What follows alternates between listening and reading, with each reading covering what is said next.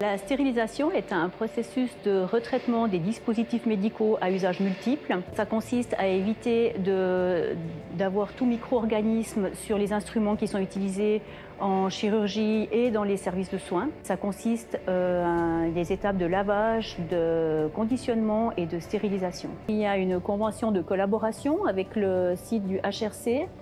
Le matériel qui sort des services, soit des blocs opératoires, est acheminé par des armoires. Un premier traitement pour les blocs opératoires qui se fait à RENA, c'est une pré-désinfection par immersion. Ensuite, les armoires sont chargées, sont acheminées par des camions qui sont dédiés à cet effet. La première étape consiste au lavage. Donc, dans la zone de lavage, les collaborateurs doivent d'abord démonter tout dispositif qui est démontable, ouvrir, contrôler tous les cours creux, les brosser.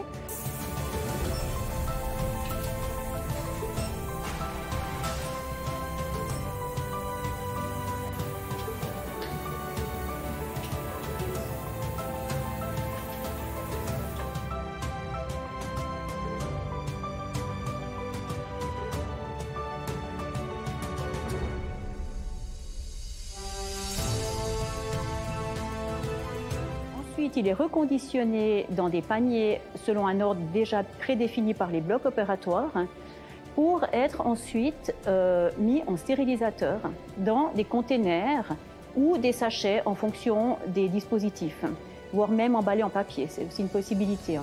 À la sortie du stérilisateur, le dispositif est contrôlé, donc la stérilisation est contrôlée, les paramètres de stérilisation sont validés.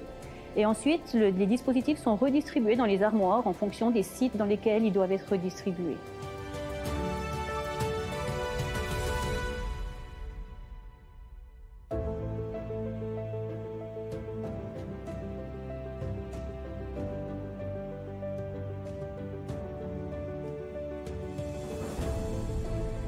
Nous occupons à la stérilisation de Martigny 50 personnes, ce qui correspond à 45 temps plein, avec une grande partie qui sont des collaborateurs sur le terrain.